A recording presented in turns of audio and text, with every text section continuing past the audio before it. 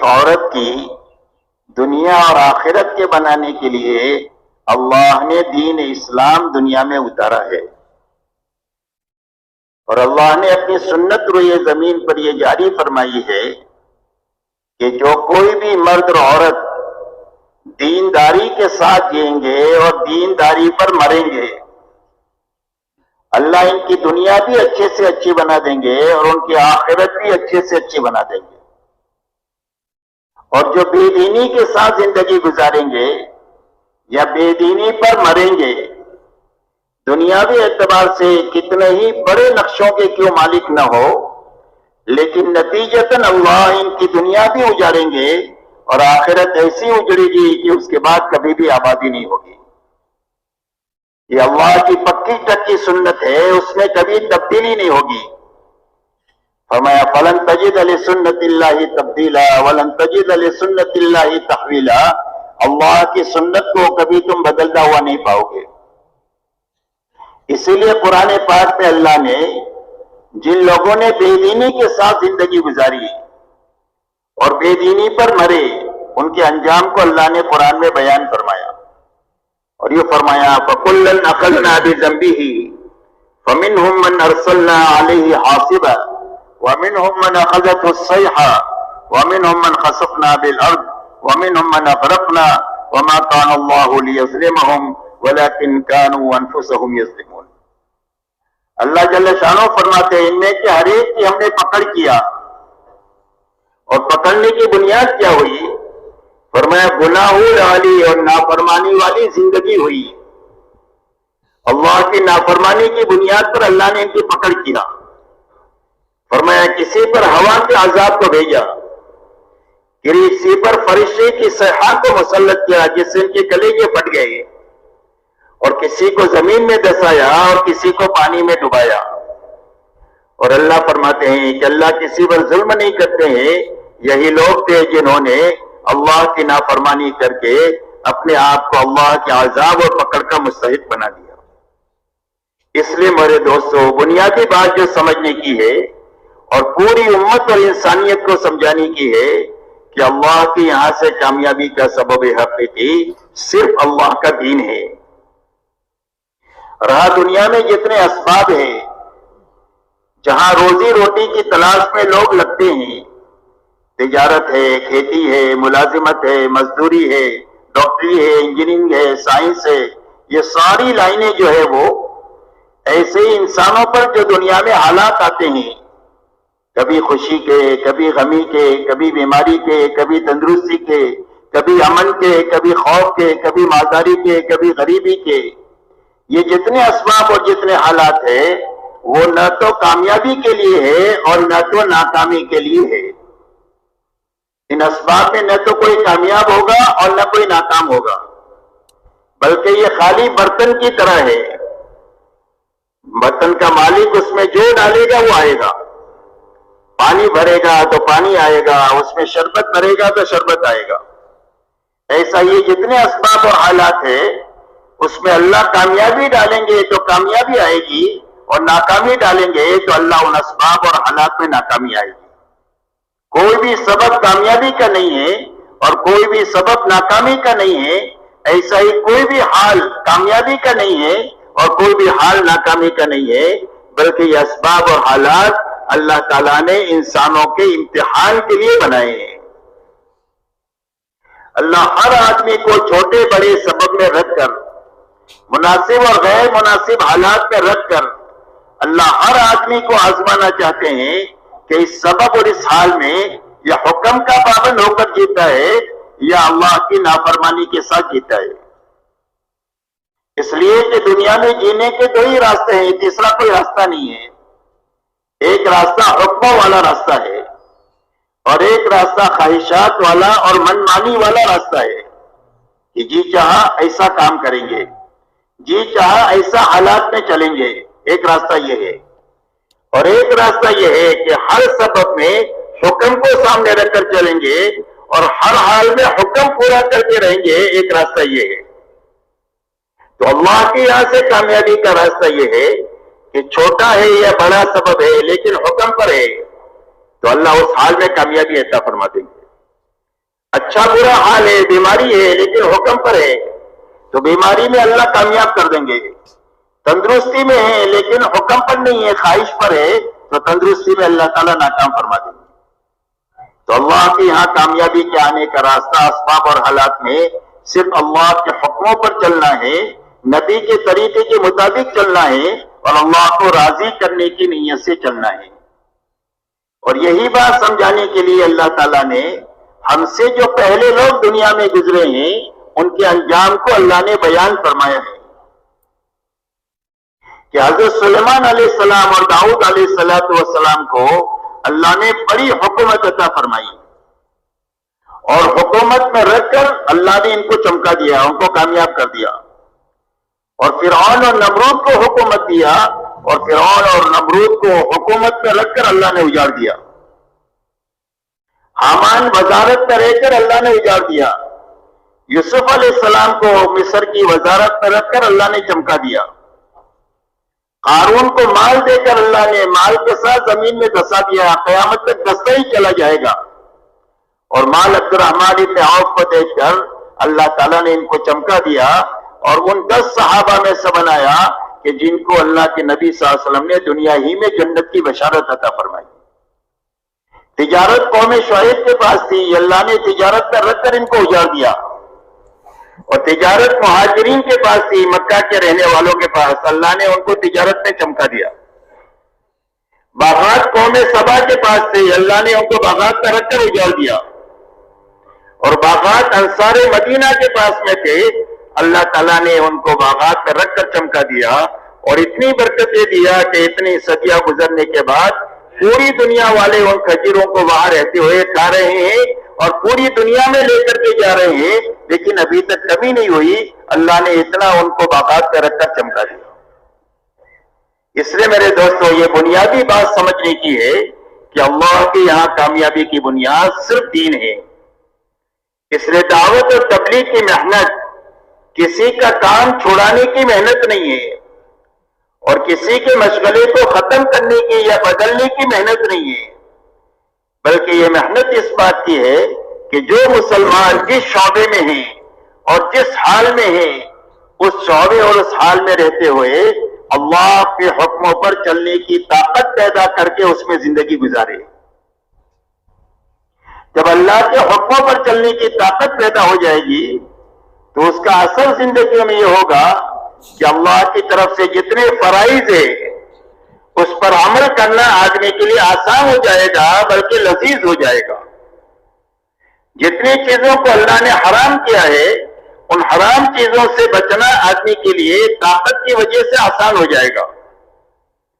دین کی محنت کے جو تقاضے جب کبھی بھی اس کے پر آئیں گے اس وقت میں دین کے تقاضوں پر قدم اٹھانا اس کے لیے آسان ہو جائے گا، وہ اندر کی طاقت کی وجہ سے ہو جائے گا. اس لیے دعوت اور تبلیغ کی محنت ہر فرد امت میں اس طاقت کو پیدا کرنے کی محنت ہے کہ جس طاقت کے راستے سے پوری زندگی میں اللہ کے سارے فرائض زندہ ہو جائے، سارے حرام سے بچنا آسان ہو جائے اور دین کے ہر تقاضے پر قدم اٹھانا ہمارے لیے آسان ہو جائے.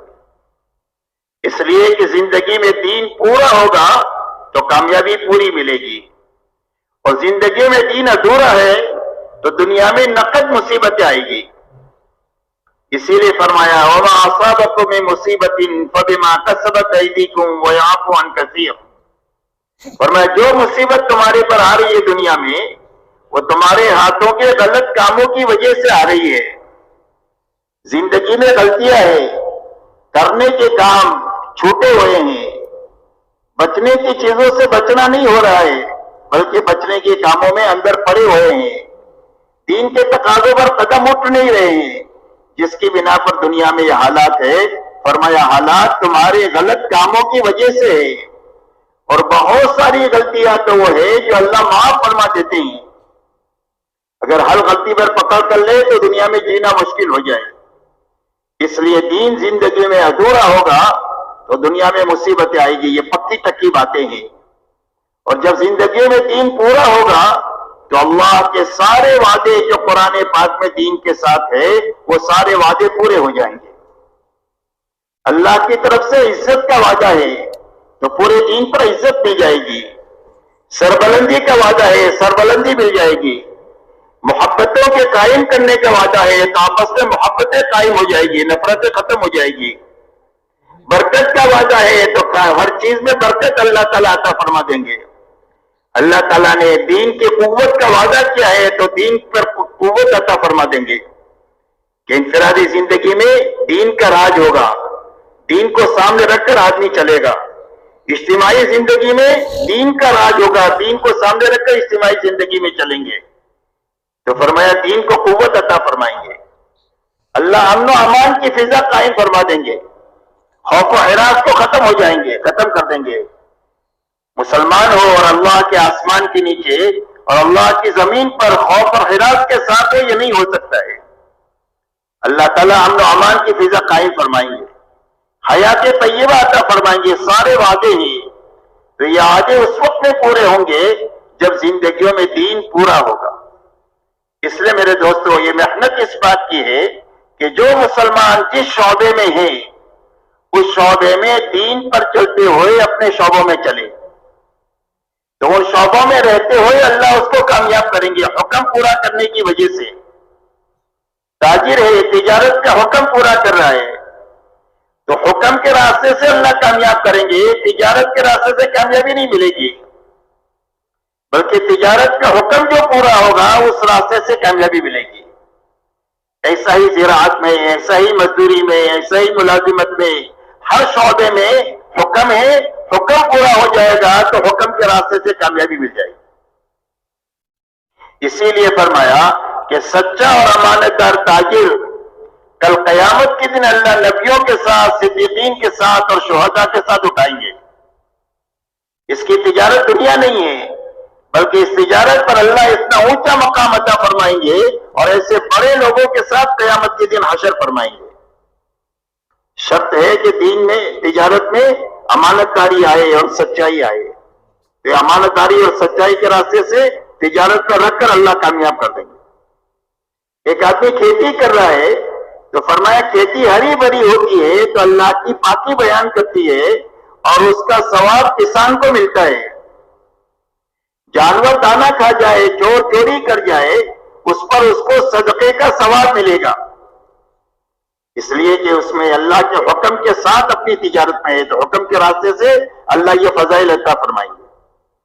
ایک آدمی مزدور ہے، روز کماتا ہے، روز کھاتا ہے، لیکن حکم کے مطابق مزدوری کرتا ہے تو شام کو اپنے گھر پر واپس آتا ہے اس حال میں کہ اللہ اس کو مقدر کی روزی بھی دے دیتے ہیں اور اللہ اس کے سارے گناہوں کو روز معاف کرتے ہیں. روز شام کو روزی بھی ملتی ہے اور روز شام کو گناہ بھی معاف ہوتے ہیں. ایک آدمی کو اللہ نے حاکم بنایا ہے تو حکومت میں رکھ کر اللہ اس کو کامیاب کر دیں گے جب یہ حکومت میں انصاف کے ساتھ میں زندگی گزارے گا. حکم پر اللہ کامیاب کریں گے. حکومت میں، حکومت کے راستے سے کامیابی نہیں ملے گی، حکم کے راستے سے ملے گی. اسی لیے حدیث پاک میں آتا ہے کہ قیامت کے دن 7 آدمیوں کو عرش کے سائے میں جگہ ملے گی جس میں ایک وہ حاکم ہے کہ جو حکومت انصاف کے ساتھ دنیا میں کرے. تو دنیا میں ہمارا کوئی بھی کام ناکامی کا نہیں ہے، شرط یہ ہے کہ حکم کے مطابق ہونا چاہیے.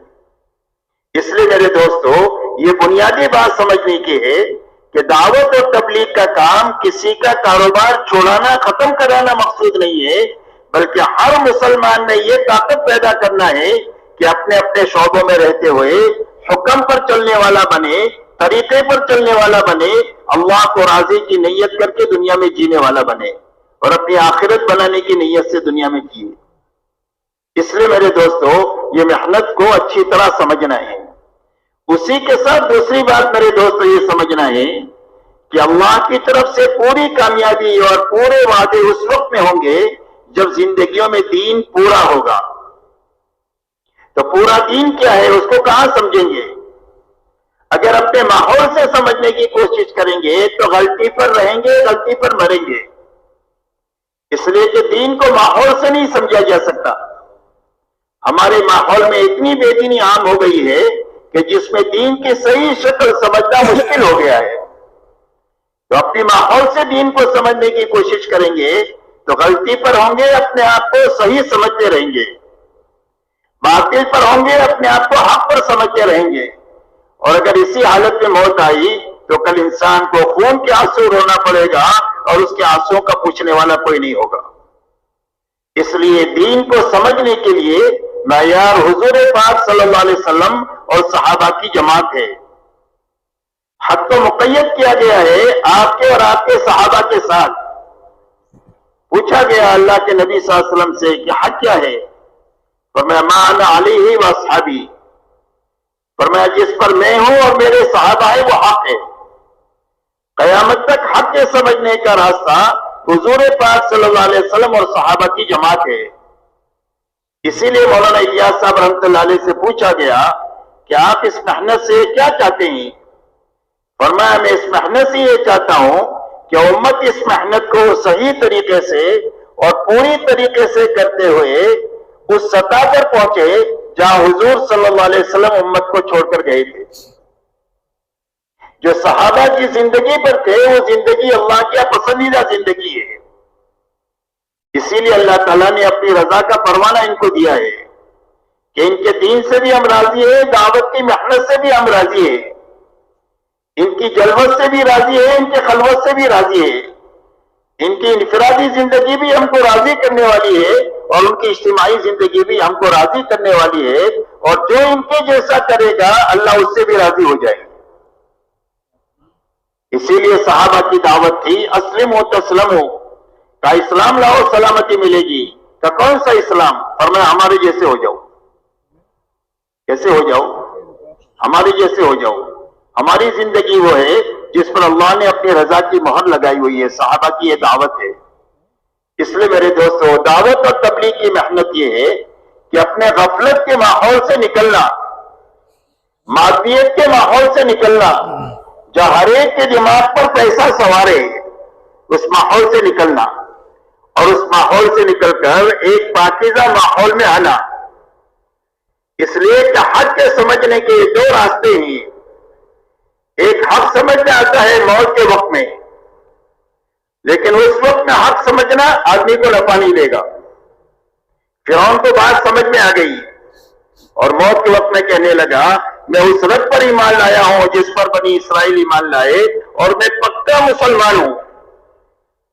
اللہ نے کہہ دیا الآن اب معتبر نہیں ہے، اس لیے کہ اب خبر پر یقین نہیں ہے، آنکھوں پر یقین ہے، اور آنکھوں کا ایمان معتبر نہیں ہے، غیب کی خبروں پر یقین وہ معتبر ہے۔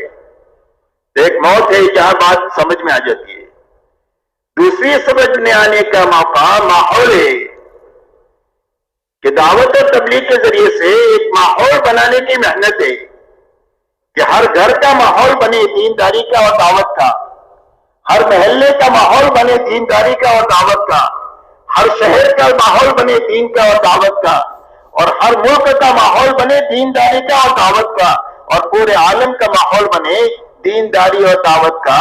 اس لیے کہ ماحول میں دین سمجھنا بھی آسان ہے اور دین پر چلنا بھی آسان ہے۔ دینداروں کے لیے دین پر چلنا جو آسان ہوگا وہ ماحول میں چلنا آسان ہوگا۔ غلط لوگوں کو دین سمجھنا آسان ہوگا، وہ ماحول کی وجہ سے سمجھ میں آسان ہوگا۔ ماحول میں مشکل سے مشکل چیز سمجھ میں آ جاتی ہے، اور آسان سے آسان چیز ماحول نہ ہو تو سمجھ میں نہیں آتی۔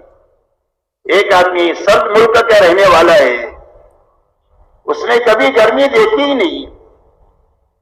اب آپ کتنا بھی تقریر کرو گرمی پر تو اس کو سمجھ میں نہیں آئے گی۔ اگر آپ اس کو ہوائی جہاز میں بٹھا کر کے آپ کے گرمی کے موسم میں مئی جون میں کراچی ایئرپورٹ پر اتار دو یا دلی ایئرپورٹ پر اتار دو تو بغیر تقریر کے اس کو گرمی سمجھ میں آ جائے گی۔ تو کس چیز نے گرمی سمجھائی؟ ماحول نے سمجھائی۔ تو یہ دعوت و تبلیغ کے ذریعے سے اس بات کی محنت ہے کہ ہر ایمان والوں کو غفلت کے ماحول سے، گناہوں کے ماحول سے اور مادیت کے ماحول سے نکال کر مسجد کے ماحول میں اور دینداری کے ماحول میں لایا جائے، تاکہ ہر ایک کو دین پر چلنے کا نفع سمجھ میں آ جائے اور بے دینی کا نقصان سمجھ میں آ جائے۔ اس لیے میرے دوستو یہ ایک عظیم محنت ہے کہ جو آسانی کے ساتھ ہمارے بگاڑ کو ختم کر دے گی اور ہماری زندگی میں پورے دین کو حقیقت کے ساتھ لے آئے گی شرط یہ ہے کہ محنت صحیح ہونی چاہیے اور محنت پوری ہونی چاہیے۔ اسی کے ساتھ میرے دوستوں بات سمجھنے کی یہ ہے کہ بھئی پورا دین کیا ہے؟ تو پورا دین سمجھنے کے لیے معیار حضور صلی اللہ علیہ وسلم اور صحابہ کی زندگی ہے۔ تو دعوت اور تبلیغ کے ذریعے سے اس ماحول میں لا کر ہر آدمی کو اپنا چہرہ صحابہ کے آئینے میں دکھانا ہے کہ جس دینداری میں پر میں ہوں اس میں اور صحابہ کی دینداری میں کیا فرق ہے، یہ سمجھ میں آنے کے لیے تبلیغ میں نکلنا ہے۔ تبلیغ میں کوئی بھی کام کرنے والا ہمارے لیے نمونہ نہیں ہے، ہمارے لیے نمونہ حضور صلی اللہ علیہ وسلم اور صحابہ کی جماعت ہے۔ تو تبلیغ میں نکلنا اس لیے ہے کہ ہر آدمی اپنے چہرے کو صحابہ کے آئینے میں دیکھے کہ میری زندگی میں اور میری دینداری میں اور صحابہ کی دینداری میں کیا فرق ہے۔ جب تک بیماری سمجھ میں نہیں آئے گی، علاج سمجھ میں نہیں آئے گا۔ آج ہم کو بیماری کا پتہ ہی نہیں ہے، تو بیماری کا پتہ اس وقت چلے گا جب صحابہ کی زندگی میں اللہ کے راستے میں نکل کر اپنے چہرے کو دیکھیں گے تو پتہ چلے گا کہ اگر اس بے دینی کے ساتھ موت آ گئی تو اللہ کو منہ دکھانے کے قابل نہیں رہوں گا، اور آخرت بننے کے بجائے اجڑ جائے گی۔ یہ فکر آدمی میں جو پیدا ہوگا وہ اللہ کے راستے میں نکل کر اپنے چہرے کو صحابہ کے آئینے میں دیکھنے کی وجہ سے ملے گا۔ تو صحابہ کون سی زندگی جیے؟ فرمایا صحابہ کی زندگی کی سب سے پہلی بنیاد لا الہ الا اللہ محمد رسول اللہ ہے۔ 100% ایمان والوں نے سب سے پہلی محنت کیا اس بات کی کہ ان کے دل کا یقین یہ بنے کہ ہماری زندگی کے بننے بگڑنے کا تعلق ملک و مال سے نہیں ہے، ڈگری اور عہدوں سے نہیں ہے، چیزوں اور سامانوں سے نہیں ہے، بلکہ ہماری زندگی کے بننے کا تعلق صرف اللہ کی ذات کے ساتھ ہے۔ آج تک جتنوں کی بنی ہے اللہ کے بنانے سے بنی ہے، اور آج تک جتنوں کی اجڑی ہے اللہ کے اجاڑنے سے اجڑی ہے۔ یہ یقین ہمارے دلوں میں آئے، اس لیے کہ اللہ خالق ہے اور اللہ کے علاوہ جو کچھ ہے وہ سب مخلوق ہے۔ اللہ بنانے والے ہیں اور ساری چیزیں بنی ہوئی ہیں، اور ساری مخلوقات کے بارے میں اللہ کا فیصلہ ہے، چاہے ذرہ ہو چاہے پہاڑ ہو، چاہے چوٹی ہو چاہے جبرائیل امین ہو، چاہے قطرہ ہو چاہے سمندر ہو، اور چاہے ایک پیسہ ہو چاہے لاکھوں اربوں خربوں ہو، ان سارے نقشوں کے مقابلے میں اللہ کا فیصلہ ہے لا یملک نفعا ولا ضرا ولا موتا ولا حیاتا ولا نشورا۔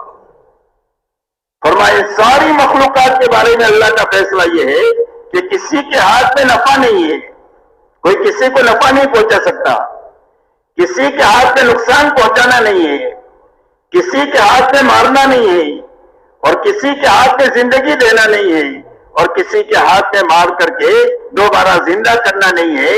یہ سب کچھ تنے تنہا ایک اللہ ہی کے ہاتھ میں ہے۔ تو جس کے ہاتھ میں ہے وہی کامیابی اور ناکامی کے مالک ہے۔